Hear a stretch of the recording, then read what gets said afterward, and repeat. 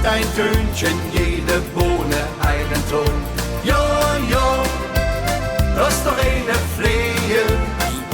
Jedes Böhnchen gibt ein Tönchen, jede Bohne einen Ton. Da ist der lang jetzt davon.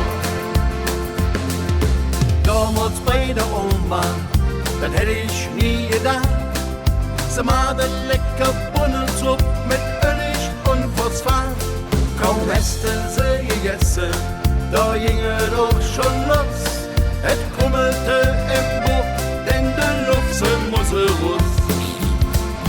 Jedes Böhnchen gibt ein Tönchen, jede Bohne einen Ton. Ja, ja, das ist doch eine Flehe. Jedes Böhnchen gibt ein Tönchen, jede Bohne einen Ton. Du hast